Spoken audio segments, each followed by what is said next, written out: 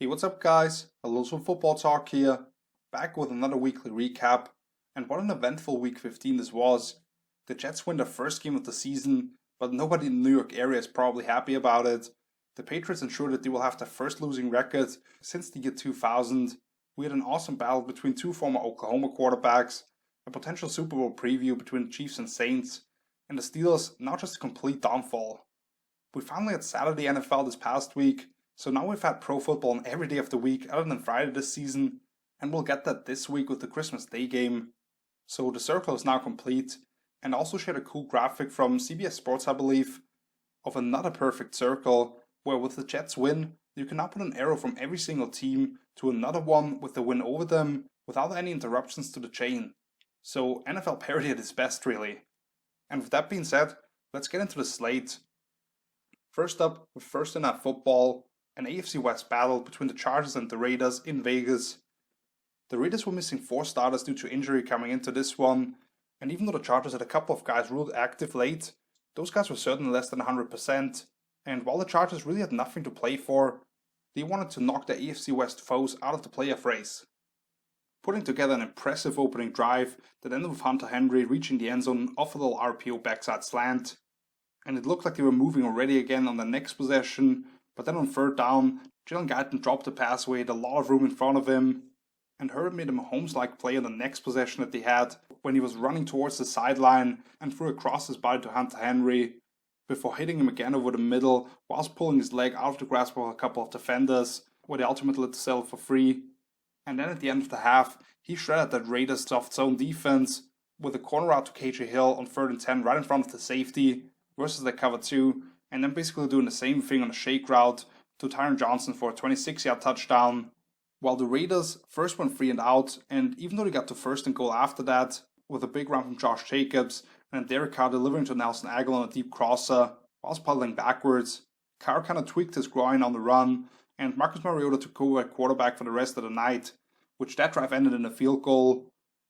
And Mariota actually had a very impressive drive when he was first put on the field. First snap, he fires a laser to tight end Foster Moreau at the sideline for a good 20 yards, picks up another first down on a designed run, and then throws a perfect ball right into the bucket for Darren Waller, flexed out wide on a fade route for a 35-yard score.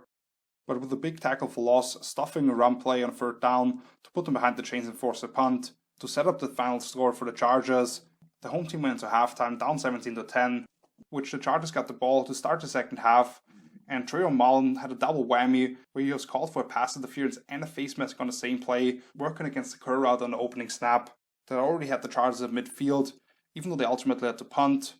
And on the very next snap, Mariota got to the 50 on a wide open keep around the right edge, before he had Darren Waller on a simple shallow crosser for a big gain on 3rd and 10. And with Nelson Aguilar drawing a pass interference call in the end zone, that set up a Josh Jacobs touchdown, leaping over the pile from a yard away to tie the score. However, Justin Herbert answered again with a single to Guyton on another corner route versus tighter coverage, and even though Guyton had the ball ripped out at the end by Mullen on what would have been a touchdown on a post route, Herbert converted a couple of 3rd downs, and then on another pass interference call Mullen in the end zone, that set up a 1-yard score for Kalen Ballage. The Raiders put together an incredible 11-minute drive after that, converting a couple of 4th downs with a couple of crucial scrambles and converting a couple of 4th downs, which was finished off by the quarterback squeezing through defenders on the run for the touchdown. And a big run for Austin Eckler on a cutback, plus Herbert going around the left edge for another 1st down, set up a 46-yard field goal attempt from Michael Badgley with just under 4 minutes left, but he hooked it to the left and gave the Raiders a chance to win it, which Mariota got his team across midfield 2 snaps later already again, where he got out of a sack from Joey Bosa, who was all over them all game, and then a couple of big completions to Wall at the sideline and then again on a wheel route. But then they had Zay Jones not sitting down his route, but rather drifting inside further, which led to a throw slightly behind him from Mariota that landed in the hands of Chris Harris for a first turnover on either side, and that set up the Chargers at the LA 30 just across the 2-minute warning after a crucial chase down from Mariota. However, I think the Chargers by now have infected Herbert with a bit of that losing pedigree, because he took a bad sack on 3rd and long off a bootleg as the coaching staff all of a sudden started getting aggressive and Badgley hooked another 51-yarder, while the Raiders actually ended regulation with a catastrophic field goal attempt of their own that would have actually been an NFL record 65 yards, but they couldn't even get the snap off right with the play clock running out on them, sending us to overtime. And while Mariota was a little lucky that two defenders kind of ran into each other to avoid an interception, the Raiders put together a run-heavy drive with Josh Jacobs setting up first and goal from the 5, but they would ultimately have to settle for 3. And a couple of snaps later, Malin again got flagged against Guyton before Herbert hit his receiver on a bender all the way down to the 2, and then ultimately the Chargers quarterback scored in the second sneak attempt to win it. The Chargers get their first divisional win since 2018 and pretty much cost the rivals a chance to sneak into the playoffs somehow. Herbert was doing whatever he wanted for pretty much the whole game, and I think it was actually the Raiders this time blowing some opportunities to come away with the W. Like I already mentioned, we had a couple of Saturday games, first up with the Buffalo Bills at the Denver Broncos. Coming off an impressive win in Pittsburgh, the Bills traveled to Denver to take on a Broncos team that had shown promise in the last 2 weeks, hanging in tough at Kansas City, and then winning in Carolina this prior Sunday. With the division championship on the line, however, Buffalo did not fool around in this one. The halftime score of 21-13 Bills in this game did not reflect how this thing went down, because after the Broncos kicker Tyler Russolini missed his first field goal attempt from 51 yards away, the Broncos followed it up with 3 straight 3-and-outs before a muff punt from Andre Roberts set them up with a short field, which Melvin Gordon converted to a rushing touchdown, and then they finally put together an impressive drive to close out the first half with a beautiful throw from Drew Lock to his tight end Noah Fant in the end zone on a corner route, which they missed the PAT on.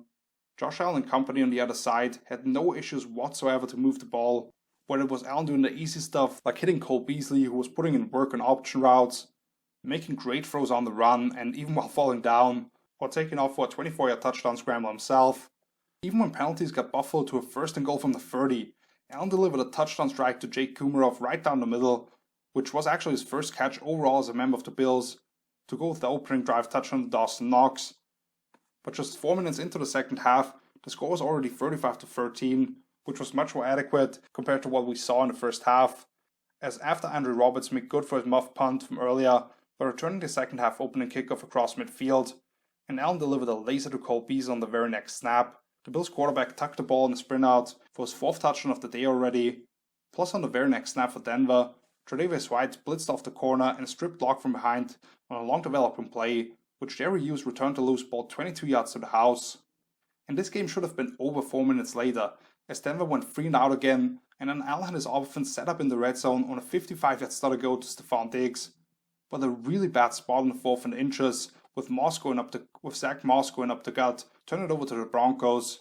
Yet the Bills forced another 3-and-out, and Buffalo was back at first and goal in a heartbeat again, even though they would have to settle for 3 after 2 touchdowns were already taken off the board. Finally having put together a promising drive for Denver, that was stopped by an Ed Oliver sack and a near pick 6 for Jerron Johnson in what would have been consecutive weeks for him, before the Bills almost took 8 more minutes off the clock, where it looked like the Denver defense just didn't want it anymore when they allowed Moss to convert in a draw play on 3rd and long, and Buffalo tacked in another field goal at the end of it. Melvin Gordon would score his 2nd touchdown of the day just across the 2-minute warning, but Micah Hyde made another great onside kick catch, and Devin Singletary delivered the exclamation point when he made a couple of people miss for a 51-yard touchdown on the very next snap to make the final score 48-19 and secure the Bills their first AFC East crown since 1995. Josh Allen is playing as well as any quarterback in the league, not named Patrick Mahomes and Aaron Rodgers, and the Broncos had no answers for him. Denver could be a dangerous team next season if they can get healthy and add a couple more guys that can cover, but right now it's Buffalo's time to shine, and depending on what we see from the Ravens going forward, I believe they are the one team that can truly challenge Kansas City in the AFC. And our night game was the Carolina Panthers at the Green Bay Packers. This looked like a more unbalanced matchup, as the Panthers, who have shown a lot of fight but had lost 7 of the last 8, came into Green Bay to take on the number 1 seeded Packers with one of the MVP frontrunners in Aaron Rodgers. However, while it looked like a mismatch through the first half, things got interesting late in this one. Due to bad timing between Teddy Bridgewater and DJ Moore, resulting in a throw behind the receiver, the Panthers started out with a 3-and-out, while on the ensuing 3rd down for Green Bay, Aaron Jones broke free for a 47-yard run, and after a couple more physical runs from Jamal Williams, tight end Robert Tonyan got an easy touchdown sneaking into the flats of play action. Carolina would score their only points of the half after that on a short field goal after a Preston Smith sack, while Aaron Rodgers delivered 3 straight 3rd down completions before tucking the ball for a 6-yard touchdown himself. And even though the Panthers got all the way down to the Green Bay 1-yard line with a lot of runs and short passes, Teddy had the ball knocked out as he was trying to go over the top on a quarterback sneak, and Kevin King returned the fumble across midfield, which 6 plays later, Aaron Jones high-stepped into the end zone untouched from 8 yards away to go up 21-3, before the next 4 combined possessions all ended in punts, and only the Packers got past midfield once more on the biggest run that I can recall for the rarely used rookie running back A.J. Dillon, but Brian Burns took down Rodgers for a sack after Big Derek Brown flushed him that way to stop that drive. The second half started with 3 quick punts between both teams, with the latter one ending in Derek Brown's second sack of the day already, after he had none all season long coming into the night. And the ensuing punt set the Panthers up at midfield already, while defensive hold in the red zone extended their possession, and then Teddy Bridgewater cashed in on it by signaling his running back to set a block for his 13-yard touchdown scramble. While the Carolina defense held the Packers to just 1 first down again, before the offense continued to take advantage of the soft interior with the physical running of Mike Davis and the holes they found in the soft zone coverages with quick throws, setting up another chip shot field goal at the end of a 16-play drive that lasted almost 9 minutes to cut this to a 1-possession lead. The Packers would finally get back down to the Carolina 25 on a wide-open shallow crosser to El Nazard, who had one of the worst hurdle attempts you will ever see at the end of it, but another sack split between Brian Burns and Efe Obada set up a 51-yard field goal attempt for Mason Crosby, who was able to extend their lead to double digits again with about 4 minutes left. But on 3rd and 1 near midfield, the corner to his side gave DJ Moore way too much space on a simple slant route, and he kind of bounced off 3 defenders and went all the way down to the opposing 15, before Matt Rule made a very interesting decision, I would say, to just take the field goal on 1st down and then go for a deep kickoff because they had the 2-minute warning that would stop the clock still and 1 more timeout, and they actually got the ball back as Brian Burns came up with another 3rd down sack, taking down Rodgers on a sprint out. So Teddy and company had another chance with 55 seconds left, down by 8 points, but a bad intentional grounding on Teddy cost the Panthers 10 yards and a lot of time, as they never actually got another 1st down, and that's how the game ended. It looked like the Packers would run away with this one early on, and Aaron Jones ran for almost 150 yards, but the offense picked up just 4 combined 1st downs over a 60-minute stretch, and the defense showed some of the concerns that they have with the interior run defense and the corners outside of Jair Alexander. I could certainly see this being a problem for them when they run into a more physical team in the playoffs. For the Panthers, I feel like I'm saying this every week. For the fans, be happy that you're going to end up with a higher draft pick, and at the same time you have a chance to win every game, because I believe your future is by far the brightest of any team in the NFC South. But now let's move on to the Sunday slate. First up, with the game that should have been on Sunday night originally, the San Francisco 49ers at the Dallas Cowboys. A historic rivalry that in 2020 just isn't very appealing to anybody, and I really thought that this would be a pride game for Kyle Shanahan's troops, and that he would dice the defense up with a heavy dose of the run game and Brandon Ayuk. And while they did rush for 150 yards, and Ayuk had 9 grabs for 78 yards and a touchdown, they never led the entire way because their backup quarterback simply could not stop turning the ball over, and special teams once again being a disaster like they have been all season long. The game started with quick 3-and-outs for both teams, but Richie James fumbled the ball off the Cowboys' punt, which Tony Pollard converted into a short touchdown 5 plays later. And on the ensuing 3rd down, Nick Mullins was stripped by DeMarcus Lawrence to give the Cowboys a short field again, and once again it took them just 5 plays to get into the end zone, with a little fake toss and throw to Michael Gallup at the backline of the end zone. Now halfway through the first quarter, down 14-0, the Niners could finally catch their breath as they put together a long touchdown drive, with Raheem Mostert doing most of the work, and Jordan Reed finishing it off with a 5-yard touchdown on a crossing route, a 30-yard run by Tony Pollard, who was the featured back in this one with Ezekiel Elliott inactive, and he should be more of that guy even if Zeke is available, just because of how much more dynamic he is. That set up a long field goal for Greg Zuerlein, following an Arik Armstead sack, while San Francisco answered with another lengthy touchdown drive, fueled by Mostert, and ended up with a little pop pass to Brandon Ayuk for a 2-yard touchdown on 4th and goal. And 17-14 Dallas would be a halftime score, as Zuerlein could not hit a 60-yard attempt at the end of the half. And the second period would quickly see more scoring, as the Niners put up 10 points over the first 2 possessions, with Nick Mullins finding Richie James deep over the middle after sitting back there for a long time, plus lowering the helmet penalty to set up a field goal, and then Jeff Wilson doing most of the work in the run game, with Raheem Mostert banging up his ankle again, and fullback Kyle Juszczyk going 25 yards on a wheel route, before Wilson tanked in from a yard away. While the Cowboys were able to get into the end zone as well in between those, as on the 3rd down, Dalton let one fly for CeeDee Lamb on the run, perfectly into the breadbasket of his receiver, and then tight end Dalton Schultz broke a tackle in the flats to score from 12 yards away. Now tied at 24, both offenses slowed down dramatically, as Dallas only picked up one total first down over the next 4 possessions, but Nick Mullins was picked off by Donovan Wilson, undercutting a corner route by his tight end to set up a 46-yard field goal, and then with just 3 minutes left, Mullins was picked again around midfield by Anthony Brown, who was just sat there the whole time on the opposing side of a dig route off play action, because he and pretty much the entire NFL by now knows that and some slants of those RPO looks are the only thing that Mullins has consistently had success with since taking over as the starter, which 2 plays later, Tony Pollard made a man miss with a dead leg and then spun off the grasp of 3 would-be tacklers for a 40-yard touchdown. And while it was obviously against the prevent defense, we saw right away that CJ Beathard can provide much more as a passer for the Niners, setting up a short field goal with 40 seconds left, but the ensuing onside kick attempt was returned to the house by an untouched CeeDee Lamb, and even though Kendrick Bourne actually came up with a 49-yard Hail Mary with zeros on the clock, they would lose by 8. I would have told you the same thing before the game started. Tony Pollard is a much more dynamic running back at this stage of their careers. He makes his offense much more dangerous to go with that trio of receivers and Andy Dalton actually playing good ball. The story, however, once again was turnovers for San Francisco, and I hope they finally realized that they can't have Nick Mullins out there. I think Beathard actually gives them a better chance to win, but what sucks is that they could have easily won these last 2 games, and possibly even against the Bills, if they just have somebody who can protect the ball. Now they are eliminated from the playoffs, but probably don't have a low enough pick to get a quarterback in this upcoming draft, potentially. Let's see if they can acquire a veteran for this Shanahan system, because I could easily see them near the top of the NFC again next year. And let's talk about Seahawks at Washington. This was one of the sneaky good games of this Week 15, because the Seahawks were tied with the Rams atop the NFC West, and Washington was a game up on the rest of the East, while needing to take care of business with the Giants playing on Sunday night.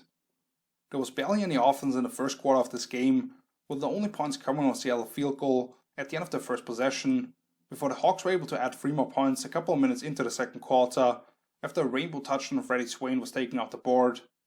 Washington was finally able to get across midfield after that, but with about 7 minutes left, Shaquille Griffin ended that drive with a diving interception off the deflection inside his own 5, and then Russ and company went 97 yards in 10 plays, including a scramble by Russ for almost 40 yards, and then a laser down the middle on a curl route to tight end Jacob Hollister for the 10-yard touchdown. The football team was finally able to get on the board with a long field goal after a big catch and run from Terry McLaurin to send us to halftime with the Hawks up 13-3. However, a couple of plays into the second half, Carlos Hyde slipped through a tackle and ripped off a 50-yard touchdown. Plus, after McLaurin bailed out his quarterback on a great jump ball on the ensuing third down, Dwayne Haskins threw a really bad pick, trying to blindly fit in a deep over-out off-play action with double coverage on the receiver, which landed in the hands of DJ Reed. And while it seemed like the Seahawks were in complete control of this game, up 20-3 with the ball about 5 minutes into the third quarter, the next 4 possessions for the offense ended in 3 3-and-outs and an interception for Russ off the deflection of the tree-like arms from Montez Sweat and into the hands of Deron Payne. Dwayne Haskins, on the other hand, might have played his best football as a pro from that point on, as he put together back-to-back impressive long touchdown drives, heavily targeting Terry McLaurin, Logan Thomas, and J.D. McKissick, which ended with Peyton Barber punching it in from a yard away, and then McKissick catching the ball in a little sprint out in flats for a 6-yard score on the next possession. And Washington put together another big drive at the end of the game, where they got all the way down to the Seattle 23 with a little over a minute left. But then the Hawks got back-to-back sacks from Algie Collier and Carlos Dunlap to set up a 4th and 24, and an end zone heave fell incomplete, which there was a flag for holding anyway, even if they caught that one. But the Seahawks escape in this one, because Washington put on a fight in the second half, and what I saw from them actually makes me feel better about them going forward. With the Giants losing on Sunday night, the football team is still in first place in the East, and they control their own destiny. While the Seahawks now move ahead of the Rams in the West after they suffered an embarrassing defeat to the recently winless Jets, and now Seattle hosts their division rivals next week to decide the division winner potentially.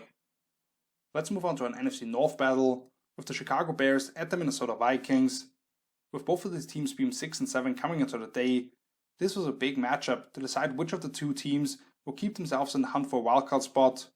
with the Bears finally winning another game for the first time in 2 months, following their 5-1 start, when they dominated the Texans last week, while the Vikings were coming off an odd game against the Bucs that they lost by double digits despite outgaining their opposition and possessing the ball 18 minutes longer. Before that, they had won 5 of the last 6 following their 1-5 start. The Bears' offense looked better than we have seen from them all season long, especially in the first half, scoring on every drive outside of the opening possession, as David Montgomery ran through defenders and Mitch Trubisky hit his receivers on the run routinely with a lot of boots and waggles, as he started with 8 straight completions, and Darnell Mooney scored a touchdown and got a couple more first downs and quick touches. The Chicago defense allowed another touchdown to Adam Thielen to tie the game initially, but stopped the Vikings' other drives by putting pressure on Cousins and then stuffing Dalvin Cook on a 4th and 1 handoff, before at least holding Minnesota to a field goal at the end of the half, sending us to the break with the Bears up 20-10. On the opening drive of the second half, Dalvin Cook broke loose a couple of times and then scored a touchdown from short distance, but the running back on the other side continued to be a problem as well, as David Montgomery went 55 yards on 7 touches and dragged a couple of defenders for the final 5 yards of his touchdown run.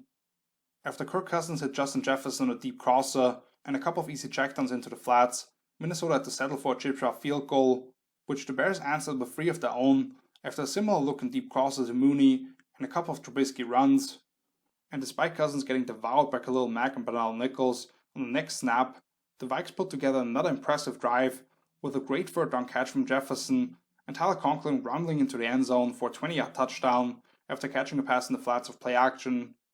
And while the Bears got back inside the Minnesota 10 with a big catch and run from Allen Robinson on a deep over off a play action Yankee concept and some hard-nosed running by Monty, Trubisky gave their opponent some life when he tried to lob one up for the 3rd or 4th tight end and Cameron Dantzler made a leaping interception on it.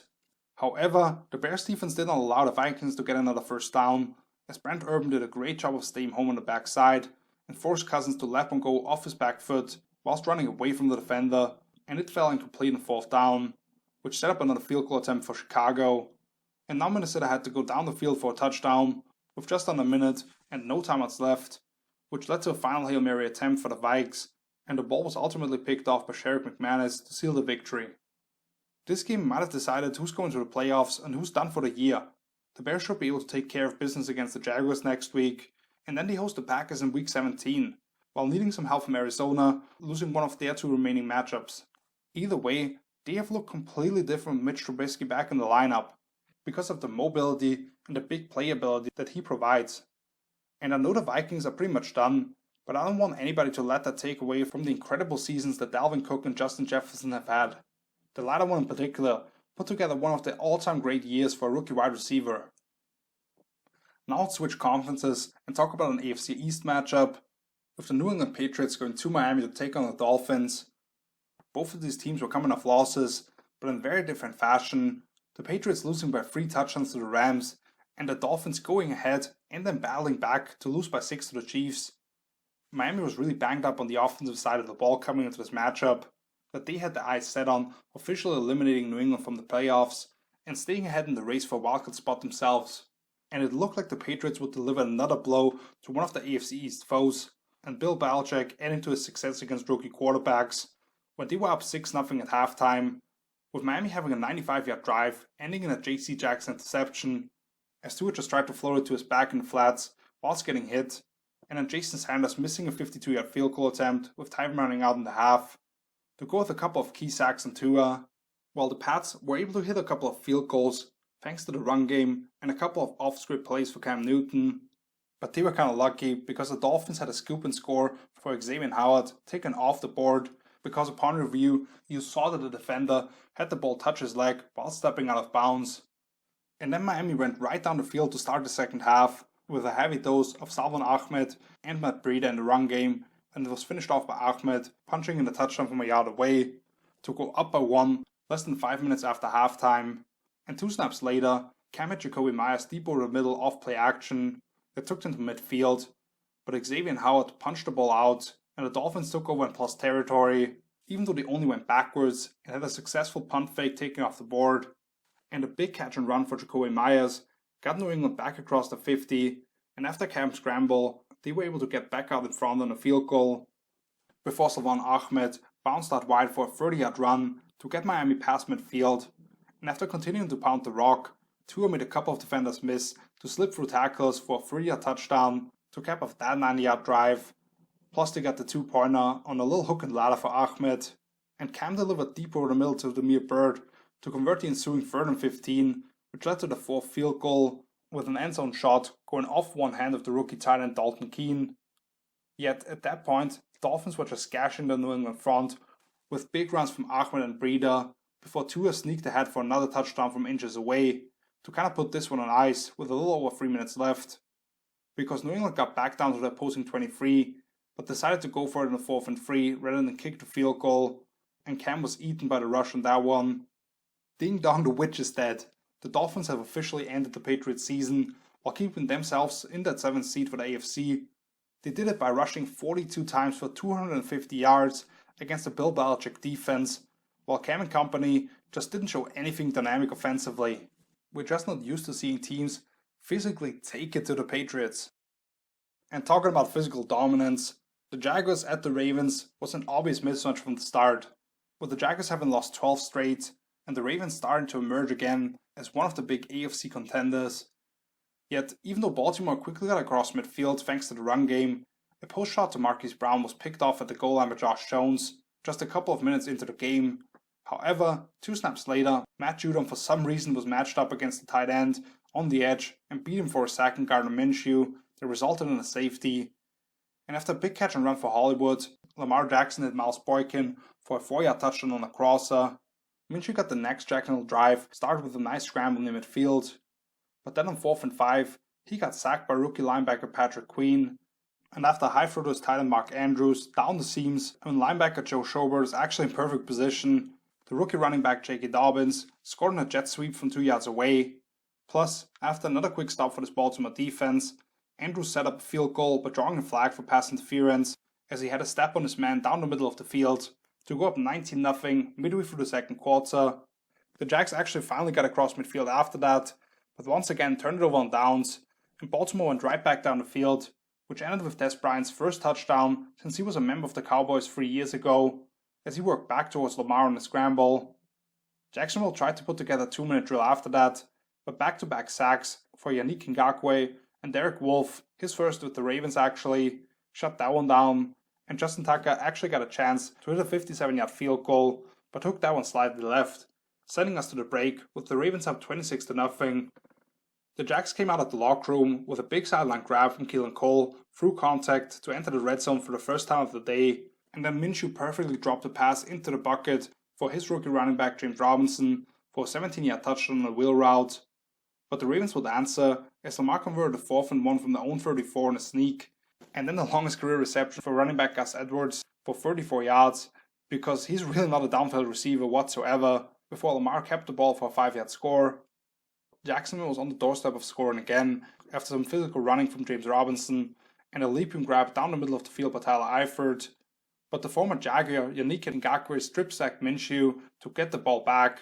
and even when Lamar actually lost the ball deep in his own territory whilst getting sacked, rookie offensive lineman Tyree Phillips scooped it up and rumbled ahead for 22 yards, one of my favorite plays of the season,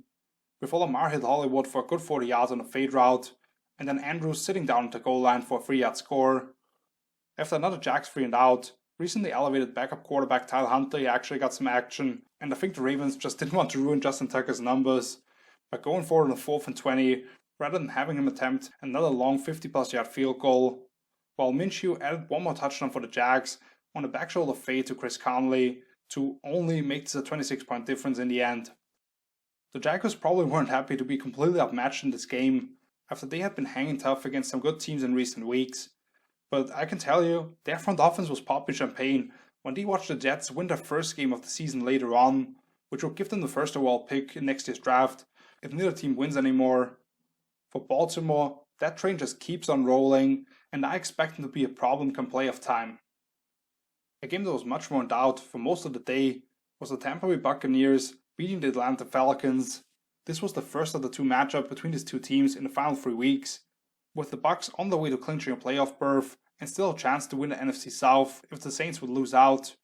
while the Falcons were already officially eliminated and were looking to just play spoiler in this one,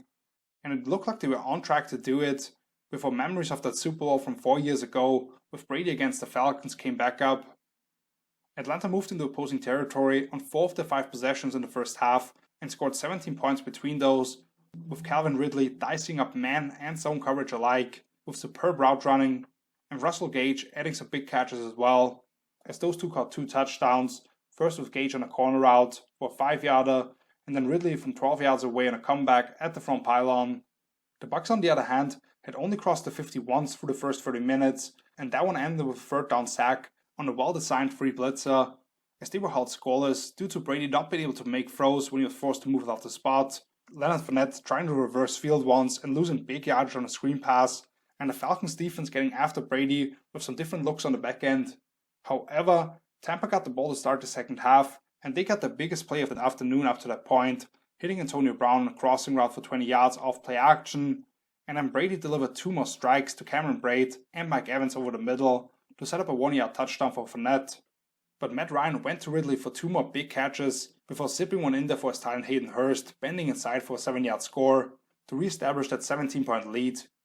However, the Bucs would quickly evaporate that over the next 8 minutes, while the Falcons went 3 and out twice in between those 2 drives, as Mike Evans delivered multiple 20-plus yard plays and drew flags, while also kind of lead blocking for Chris Godwin for his 4-yard touchdown on a slant route off a rub concept to go with another vulture touchdown from a yard away for Fournette. Atlanta was able to retake the lead after that, following a 33-yard catch and run for Ridley on a deep in-breaking route off play action, and if not for Antoine Winfield running his ass off to just get a hand on what would have otherwise been a long touchdown for Ridley at the back pylon, things might have looked completely different. But after Devin White's sack, it needed a 52-yard field goal from Younghoe Koo, who has been phenomenal all season long from long distance, to go up 27-24. Yet, 4 plays later, the Bucs took the first lead of the day on a 46-yard deep ball to Antonio Brown on a slot fade, his first as a member of the Bucs, and Matt Ryan almost answered 2 plays later with a field-flipping deep ball to Russell Gage, but it went just off the fingertips of the receiver, and instead, Darren White took him down for another third down sack. The Falcons defense was able to finally get another stop after 1 first down run from Fournette, and give the offense another chance deep from their own territory with about 3 minutes left, but Matt Ryan went down for another sack, and even though on 4th and 16, he could get it to Ridley from his own end zone on a dig route, the receiver was stopped a couple of yards short to seal the deal for the Bucs. The Falcons have done this so many times that I shouldn't even be surprised anymore. But how can you be up 17 points on a couple of occasions and just don't try to run the ball? That curse that seemingly has been hanging over them and that lack of belief that they can actually close games is definitely real. But their defense allowing chunk plays and constantly going 3 and out yourself without taking any time off the clock certainly contributes as well. For Tampa, they might have been the best half they've played all year long, but for this to look like it 2 weeks away from the postseason makes no sense. Brady threw for 320 yards in the second half as the Bucs finally kept him clean, showing a plan of how to protect against Atlanta's blitzes with extra people in protection and getting the ball out in a quick game. And we saw a lot of checks and adjustments from Brady at the line, which might tell us that Bruce Arians needs to let him take more control of the offense and not just say, this is the play, this is what we do. Now let's talk about Lions at Titans. The Lions were coming off a hard-fought 7-point loss at Green Bay, even though that game actually never felt that close, while the Titans had just hammered their division rivals in the Jags with another 200-yard rushing performance from Derrick Henry, and while the first of these two was on the brink of elimination, the latter one was on their way of securing a playoff spot in the AFC. And the Titans really took control early and then late again in this game, scoring touchdowns on the first and final 3 possessions, showing the ability to grind Detroit down with long drives fueled by Derrick Henry and Ryan Tannehill hitting his guys off play action, or just needing one 75-yard bomb to Corey Davis, who spun around poor Deron Harmon a couple of times at the end of it, while Ryan Tannehill burned the Detroit defense for an 18-yard touchdown scramble. Matthew Stafford slung it around as best as he could, leading the Lions down the field for a touchdown to Marvin Jones on their first possession, and another deep ball to Jones on a post route after Stafford originally double clutched it to set up a DeAndre Swift touchdown from 2 yards away. Swift was lit up on 3rd and goal on the prior drive, where he lost the ball mid-air,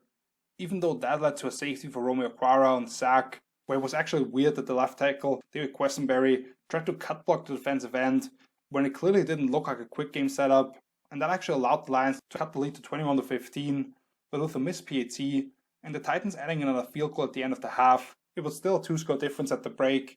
and the Lions put together 2 strong drives to open the second half, thanks to Stafford continuing to throw strikes, but TJ Hawkinson lost the ball trying to stretch beyond the mark on a jet sweep, and then they had to settle for a 53-yard field goal. But Ryan Tannehill continued to stay on point with his passes and scored 3 more touchdowns to A.J. Brown, a zone read keep himself, and a little flip to his rookie running back Darrington Evans,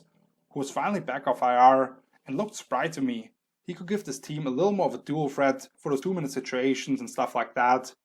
Although I would have liked to see King Henry get a chance to add to his numbers and close in on a 2,000-yard season, even though he was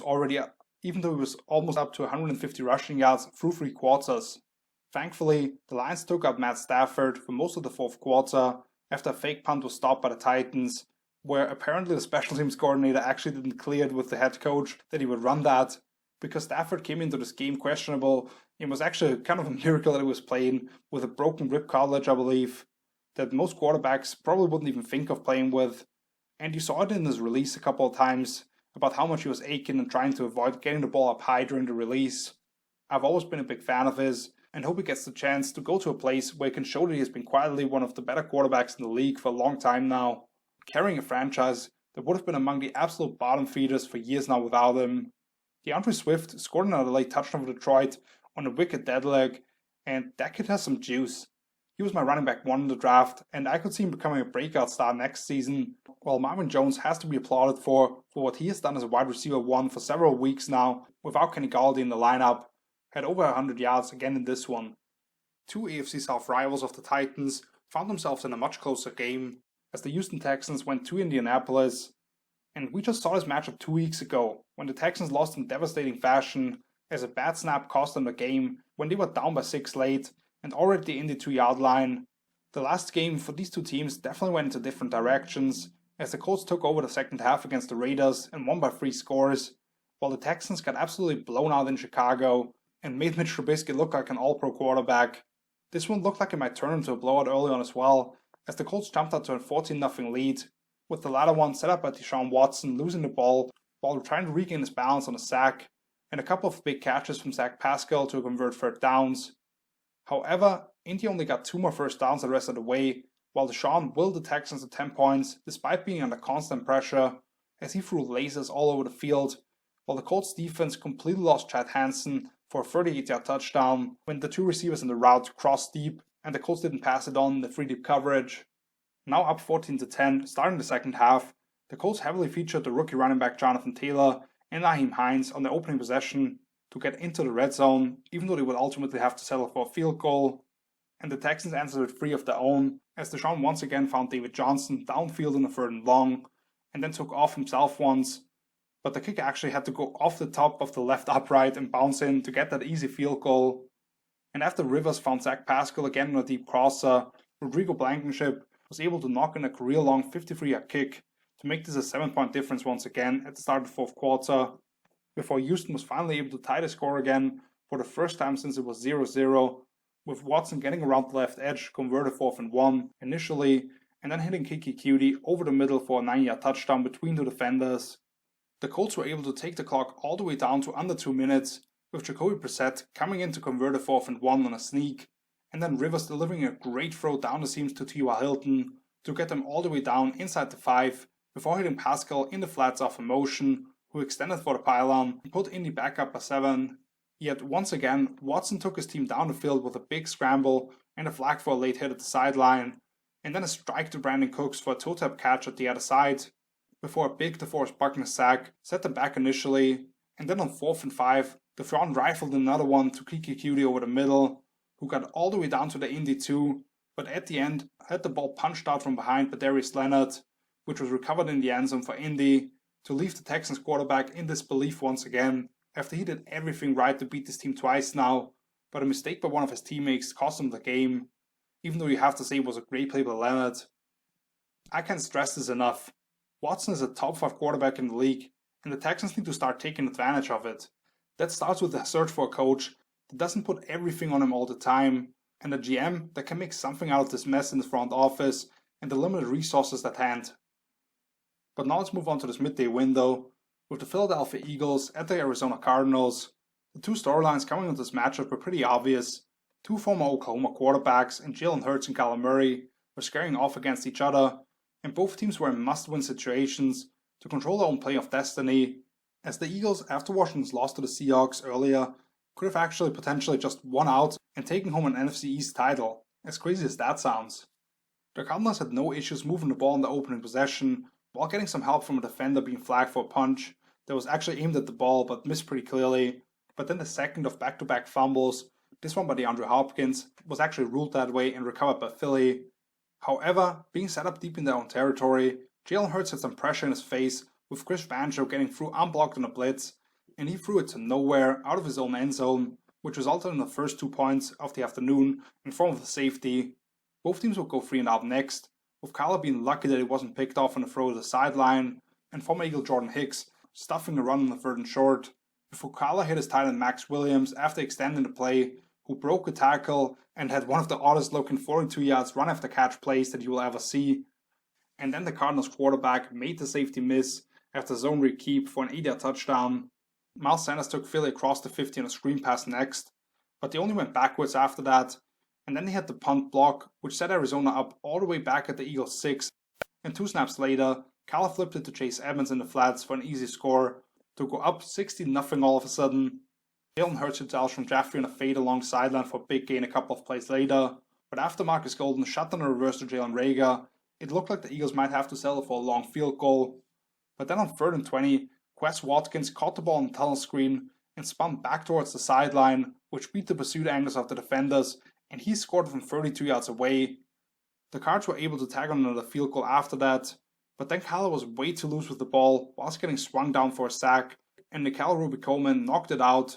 And then after 4 straight runs for Miles Sanders, Hurts threw a strike to Greg Ward for a 4-yard touchdown on 4th and goal after extending the play. Arizona would answer with 2 big catches from the tight end Dan Arnold on a post corner and a seam route, while Larry Fitzgerald made an incredible grab with the defender right in his face for a 17-yard touchdown. However, Hurts stayed composed and took his offense 78 yards in 7 plays that lasted less than a minute, including a 42-yard throw on the run to Zach Ertz and another 5-yard touchdown to Greg Ward on a corner route, which after a Hail Mary attempt from Kyler sent us to halftime with the Cardinals up 26-20 now. In the second half, both defenses showed a lot more as we started with 3 straight punts, and then when the Cardinals got back to the Philly 7, Kyler threw a ball late over the middle, which was picked off by Marcus Epps, and the Eagles managed to get to a 3rd and 29 next, thanks to a deep sack from Zach Allen plus a false start. But again, a little tunnel screen to Jalen Reagor went for good yardage, and Doug Peterson decided to go for it on like a 4th and 6, which Hurts easily picked up on a scramble, and then he took off and broke a tackle for a 7-yard touchdown, but a bad snap on the PAT would lead to a tight score at 26. And even though the Cardinals made a gutsy call to extend the ensuing possession with a throw from the punter to the upback down the middle, without the starting kicker, Arizona decided to go for it on the 4th and short from the opposing 33, and Kyler overthrew his receiver on a corner route. That would be the same for Hurts on the ensuing Philly 3rd down. And then it was DeAndre Hopkins' time, as on the following 3rd and long, Kyler hit him on a curl route for a big catch and run, and then he made an incredible grab at the sideline through contact for a 20-yard score. Now down by 7 again, the Eagles converted 2 3 and longs with a throw to Greg Ward, and then Alshon Jeffrey kind of tossing his defender to the ground on an out route and having a lot of room to run, getting all the way down inside the Arizona 30. But with back-to-back sacks and Hurts, he had to take a couple of shots to Dallas Goedert on 3rd and 4th and 21. With the Philly defense forcing another stop, they got one more chance with 1.5 minutes to go and 78 yards to cover. And Hurts did get a couple of big sideline completions to Goddard and Travis Fulgham, but 2 more Hail Mary attempts fell to the ground to make the final score 33-26. Man, I know they lost and he made a couple of rookie mistakes, but I've been so impressed with Jalen Hurts. The poise, the mobility, the playmaking skills, it's all there. I know there was plenty to fix based on his college tape, and it's like he went into quarterback school, unlike Carson Wentz, to fix the things that we didn't see from the original starter. Confident in the pocket and a mechanically sound throwing motion, which looked a little too mechanic for my taste for Hurts, early on at Alabama especially, and then to some degree at OU as well. Only problem, they're paying another guy $30 million a year already. This was a huge win for the Cardinals, who have 2 more tough games against NFC West rivals at hand in order to secure that 7th seed, since the Bears are only 1 game behind them and would have the conference tiebreaker if it came down to it. Alright, let's get to the upset of the week, and maybe of the year, the New York Jets at the LA Rams. How the hell did this happen? I get that none of the players or coaches want to go 0-16 because none of them want to have that on a resume or are guaranteed to be on this team next year. So what you're basically telling me is that you seriously kept Adam Gase because you thought he was the right coach to lead the team to success? I mean, they were on pace for one of the worst point differentials in NFL history. And after watching this shit show for 14 weeks, not a single Jet fan enjoyed this win yesterday. Because really, the only hope for this team is to get Trevor Lawrence and change their franchise around. But even more disappointing was this effort by the Rams, who were 17-point favorites coming into the afternoon and were just sleepwalking through the first half. They were still in hunt for the conference's number 1 seed potentially, and now have to win 2 divisional games at Seattle and Arizona to avoid falling all the way to the 7th seed. I think I did this for the Jets last week in the blowout loss to the Seahawks, but here's a quick recap of the first half offense for the Rams this time. They went 3 and out, had a punt block by JT Hassel, an interception by Bryce Hall, who was just sat right underneath a cross-off a bootleg, and Goff completely missed him. Then another 3 and out, punt after 1 first down, and then they finally put together a sustained drive at the end of the half to get on the board with a field goal. The Jets, on the other hand, continued their opening drive brilliance, and this is not sarcasm. They have scored on more of their opening possessions than any other team in the league, as they got into the end zone with running back Ty Johnson all by himself in the flats and turning upfield for an 18-yard touchdown it was, I believe. And then Gang Green added 2 more field goals off the block punt and the interception, making the score 13-3 at the break. And New York went right back down the field in the opening possession of the second half as well, with Sam Darnold hitting all of his receivers against his Rams zone coverage, before Frank Gore punched in the touchdown on 4th and inches. On the very next snap, Jared Goff had his tight end Tyler Higbee over the middle of a bootleg, who broke a couple of tackles and took the ball all the way to the opposing 30,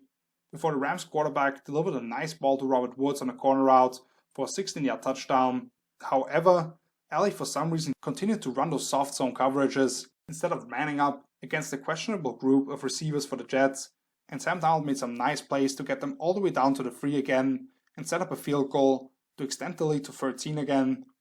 3 plays later, Robert Woods went for 40 yards on a simple speed sweep, and after the defensive pass interference call extended the drive, Tyler Higbee caught the 3-yard touchdown on an under route off a mesh concept to pull within 6. And the Rams defense was able to get a quick stop thanks to a flag for unnecessary roughness on an offensive player, and Goff was actually lucky that Marcus May didn't come up with another interception when he blindly threw it to his tight end in the flats of a bootleg, which Gerald Everett caught off the deflection and set up a field goal, while the defense was able to force a quick 3 and out, and after a nice return on the punt by Nasimi Webster, the Rams were already set up in opposing territory, with Jets punter Braden Mann probably making a game-saving shoestring tackle at the end of it to avoid the touchdown. However, when they got to 4th and 4 with 4 minutes left, I think Sean McVay made one of the worst coaching decisions he's made in his career so far, as he decided against the 54-yard field goal attempt from McGay to potentially tie the game, who had been pretty good this season and was 5 of 8 on 50-plus yard kicks last year, and instead he let his quarterback attempt a deep ball to Gerald Everett, which Marcus May was just able to knock down at the very end of it. You can see that on my cover photo.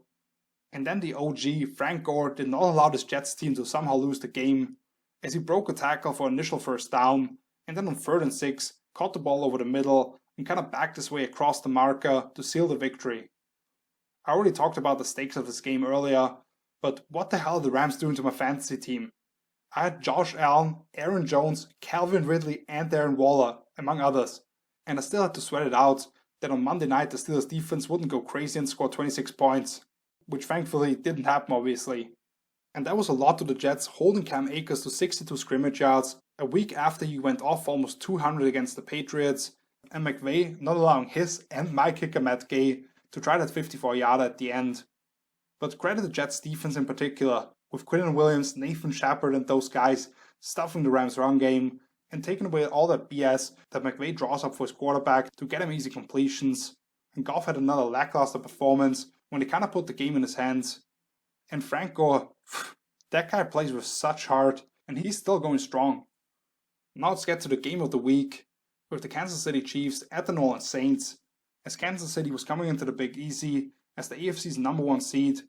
and New Orleans had just lost in stunning fashion to the Eagles after they had won 9 straight before that. Now Drew Brees is coming back after suffering 11 broken ribs and collapsed lungs, looking to make another playoff run. However, the return of Brees did not go as planned, early on for sure at least, as the Saints went 3 and out 3 times, and Brees threw a bad interception to rookie defensive back L'Jarius Sneed on a late throw that kind of hung up there on a corner route, as the legendary quarterback started things off with a career-worst 0 for 6, and New Orleans found themselves down 14-0 at the start of the second quarter. But the Saints defense really kept them in the game, as they did allow a touchdown off the short field following the interception, with a couple of third down conversions, including the latter one resulting in a 5-yard score for Tyreek Hill, who was motioning around and kind of sneaked underneath on the flat route off his little sprint out. And then he had an 80-yard drive where Mahomes got away from pressure a couple of times and made big plays, which was capped off by a sick little play where the quarterback just pitched it to Travis Kelce at the back of a diamond set on what basically was a slipstream from a tight split. But New Orleans' defense was Mahomes' face every other snap, and a couple of times it looked like the Chiefs would hit their big shots down the field, as Mecole Hardman had the ball already in his hands down the sideline, and Chauncey Gardner-Johnson just got his pinky on it to knock it out, and then Marcus Williams just blew the receiver up on a streak route down the middle. The Saints' offense finally got some life 3 minutes into the second quarter, as Drew Brees hit a deep ball to Emmanuel Sanders, maybe the best I've seen from him all season long, before Taysom Hill finished it off from short distance for a touchdown, and Trey Hendrickson ragdolled left tackle for the Chiefs' Eric Fisher and put hits on Mahomes on a couple of snaps to stop a late drive for Kansas City and get the ball back to Brees and company with 80 seconds left. And even though they weren't able to pick up a first down, Craig Robertson punched the ball out of the hands of DeMarcus Robinson on the ensuing punt, and if Alex Anzalone just jumps on that loose ball in the end zone, we are tied at 14 heading into the break. Instead, the ball rolled through the back for a safety, and 14-9 Kansas City was the score at halftime. Just one play into the second half, the Saints were already at the Kansas City 35, thanks to a deep in-breaking route by Traquan Smith and a late shove on Brees. And after pass interference on Sneed, covering Taysom Hill now, Tyrann Mathieu actually had a pick go off his hands before Brees lobbed onto Latavius Murray, releasing into the flats late for a 24-yard touchdown to give the Saints their first lead of the game. However, the Chiefs would quickly answer with a big drive of their own that was capped off by a ridiculous throw and catch off an extended play where Mahomes hit Mecole Hardman at the back of the end zone for a toe-drag touchdown from 5 yards away. The Saints would go 3 and out in the next 3 drives, while their defense was able to force a stop on their side of the field before Kansas City went on a methodical drive where it should have been third and long near the red zone, but an unsportsmanlike conduct penalty on Cam Jordan punching the right tackle in the head not only gifted the Chiefs 15 yards and a free first down, but also got Jordan disqualified for the rest of the game. And on the very next snap, Kansas City ran a speed option right at his replacement, which Le'Veon Bell ended up scoring on from 13 yards away on a late pitch, plus they hit the 2-point conversion on another underhand shovel pass to Kelce. So when the Chiefs got the ball next, all the momentum seemed to be on their side, but then on 3rd and long, Trey Hendrickson got a huge strip sack on Mahomes to set his offense up at the KC-25 already, and 3 snaps later, Alvin Kamara broke a couple of tackles on a fly sweep for a 19-yard touchdown. Yet once again the Chiefs got into the red zone quickly with a big scramble for Mahomes, but they had to settle for 3, and along the way they might have lost the star rookie running back Clyde Edwards-Helaire for the rest of the season as a couple of people fell on his trapped leg. Now with just under 4 minutes left, New Orleans needed to go for it in the 4th and 2, and Brees delivered deep over the middle to his tight end Jared Cook before throwing a strike to little Jordan Humphrey a few plays later for a 17-yard touchdown. And with the 2-minute warning still coming up, they felt confident to just kick it deep, but unfortunately never got the ball back, as Kansas City got 2 more first downs on a little flip to Kelce off play action, and then Le'Veon Bell bouncing outside on a run to win this one by 3. You can absolutely question the decision to kick it deep because you have Mahomes on the other side, even if your defense had been playing well for large stretches. But you can also question the decision to put Brees out there in the first place, when he certainly didn't look right, even though he picked things up as the game went along. While the Saints' chances of getting that number 1 seed in the NFC have now fallen off drastically, I could absolutely see this matchup in the Super Bowl again. The Saints contained the Chiefs' offense as well as I've seen any team do all season long, with the front 4 getting to Mahomes every other snap and keeping 2 safeties deep for most of the game to limit the big plays. And if they can get a little more from Brees in terms of big downfield throws, they were as complete a team as there is in the NFC. And that takes us to Sunday Night Football, much less high scoring and much less interesting to be honest. It was a Colt McCoy revenge game. The Browns had a chance to separate themselves a little in the tight AFC race, while the Giants would move into first place in the NFC East if they won this game, with Washington already losing to Seattle earlier on. The Giants started this game with a big kick return from Dion Lewis to set the offense up in opposing territory already, and a nice big shoulder fade to Sterling Shepard took them inside the red zone, but they did not come away with any points, as they for some reason came out in a spread field goal set and let the punter try to throw one to the center in the end zone, which fell incomplete. The Browns answered with a turnover on downs themselves after they admitted just across midfield, as Baker had his tight end open a stick route, but the pass was batted down by Dexter Lawrence. Now Big Blue moved into the red zone with a go ball to Darius Slayton, and after end zone shots to him and Evan Ingram fell incomplete, the Giants were first to score on a field goal. Cleveland outdid them next on a 13-play drive that covered 75 yards, as Baker targeted both of his tight ends and also finished things off with a touchdown toss to a wide-open Austin Hooper. The Giants responded with a long drive of their own that took them all the way down to the opposing 5 with a heavy dose of the run game, but once again they came away with no points as a run on 4th and short was stuffed. Baker continued to stay on point and deliver strikes, taking his team down the field and capping things off with a touchdown to Jarvis Landry at the backline of the end zone on a crossing route with just 21 seconds left in the first half. But an unsportsmanlike conduct penalty set the PAT back, and Cody Parkey actually dunked another one, putting the Browns up 13-3 at the midway mark. A Dexter Lawrence sack on the second play after the break set the Browns back and led to a 3-and-out, while for the G-Men, a deep in-breaking route to Darius Slayton got them to the 50, but with a couple of runs stuffed, they had to punt as well. Starting from their own 5 now, Baker converted the 2 upcoming third downs with a scramble and a strike over the middle to Rashad Higgins, before they let Nick Chubb go to work, and he also cashed in from a yard away to finish the 95-yard drive that took 8 minutes off the clock. Now down 20-3 a couple of minutes into the 4th quarter, New York needed to put something together, but only picked up 1 more first downs before punting it away. But the defense was able to get a quick stop, and then Colt McCoy led a no-huddle drive that resulted in 3 more points to make this a 2-score difference. Yet the onside kick attempt was recovered by Kyle Joseph for Cleveland after Harrison Bryant originally couldn't haul it in, and they took down the clock to just 1 minute, which made this a 14-point win in the end. The Giants coaching staff made some bold decisions in a game that they were clearly outmatched talent-wise. Colt McCoy made some good throws, but in the end he did not provide enough to keep pace with Baker Mayfield, who has played phenomenal over the last month. The Browns control their own destiny as far as the 5 seed in the AFC goes, while the Giants are lucky that Washington lost as well in the early window, because they are still only 1 win away from moving ahead in the race for the NFC East, having the direct tiebreaker over Washington.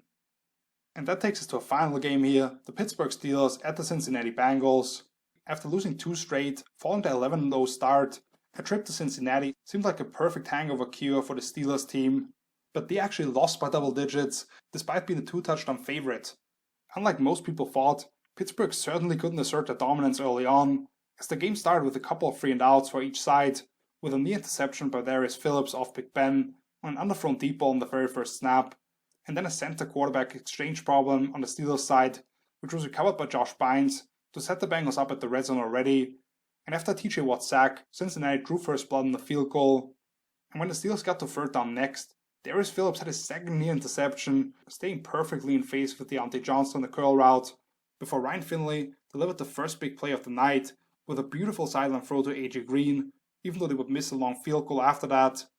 Yet the Bengals DBs continued to be all over those underneath routes, with Von Bell absolutely blowing up Juju Smith-Schuster on the third down shallow crosser, which after a challenge was overturned to a fumble to set the Cincy offense up in plus territory already again, and they got down to the 4 a few plays later, from where Giovanni Bernard scored by making the guy on the edge miss, as they went up 10-0 3 minutes into the second quarter, and the Steelers already nearly gave it back to Cincy when they barely converted a 4th and inches, with Benny Snell going over the top at midfield, before Big Ben actually was picked off by Mackenzie Alexander, sitting right underneath the dig route from Juju, and the ball thrown right into his hands, which on his 3rd straight touch after that, Gio Bernard scored on a wicked angle route from 14 yards away, with a missed tackle at the end of it. Since his defense forced another 3-and-out, with Alexander just sitting on those underneath routes, and even though the Steelers got 1 more crack at it, Carl Lawson took down Big Ben for a sack, which took us to the break, with the Bengals shockingly up 17-0, and the Steelers at that point had run 29 plays for just 40 yards. The Steelers started making a bit of the run in the second half, as on the first possession, Chase Claypool caught a quick screen and tiptoed along the sideline for a big gain, and then Big Ben let one fly for Deontay Johnson on a fade route for a 23-yard touchdown on a snap right after, and they set up a field goal by feeding Benny Snell and Deontay Johnson to make this a 1-score difference when they got the ball next. The Bengals had 3 straight 3-and-outs after the break, But then they put together a good drive, with Giovanni Bernard doing most of the work, while Ryan Finley broke Pittsburgh's neck with his legs, picking up a third down on a draw with no linebackers in the box, and then a 23-yard touchdown off his own read, where he was untouched. A wide open Juju on a whip route converted the Steelers' ensuing third down and got them to midfield, and then Big Ben was very lucky that William Jackson dropped an easy pick as the quarterback just tried to throw it away, before the corner was flagged for pass interference against Deontay Johnson on a fourth down to set up a 1-yard touchdown for Benny Snell on the snap right after. The Bengals picked up one first down after that, but a great open field tackle from Minkah Fitzpatrick on Finley on another zone read keep got his offense the ball back just before the 2-minute warning. But the Steelers never actually got another first down, with some pressure on Big Ben forcing the ball to come out early, and Darius Phillips making another great play, batting down the deep ball to Chase Claypool. Pittsburgh was able to force another stop, but not before the Bengals knocked in another field goal, and Ben just took a knee down 10 with a couple of seconds remaining. Pittsburgh's defense didn't play bad, but their offense gifted the Bengals 17 points of turnovers in the first half, and Big Ben could have easily been picked off a couple more times. The Steelers are now in absolute freefall, having lost 3 straight after the 11-0 start, and when you remember that they dominated Cincinnati in that first matchup, when, keep in mind, Joe Burrow was still available, that leaves you scratching your head. Big Ben had one successful downfield throw, and the Bengals DBs were squatting on the underneath stuff all night long, while Benny Snell actually ran the ball pretty well when given the chance, but they couldn't even give him the ball enough. Hats up to the Bengals for fighting like this in a lost season, and they're still in position for the number 3 pick in next year's draft, while having boosted their confidence with this W. But that's gonna wrap things up. Thank you so much for watching. If you enjoyed this video, please leave a like, subscribe to the channel, share it with a couple of friends if you want to help me out. As always, all my social media is linked down below, and check out my page at Footballtalk.com, where I posted some power rankings heading into week 15, and probably will have something coming out after working through the full Pro Bowl rosters, telling you a couple of guys that I think should have made it. I'll be back with another weekly recap next Wednesday, but since it's the holidays, the video might be more of a general overview and focused on the more meaningful matchups. Merry Christmas everybody, enjoy the time with your family, a great week 16 slate of NFL games, and the college bowl game season. So until then, see you later, peace!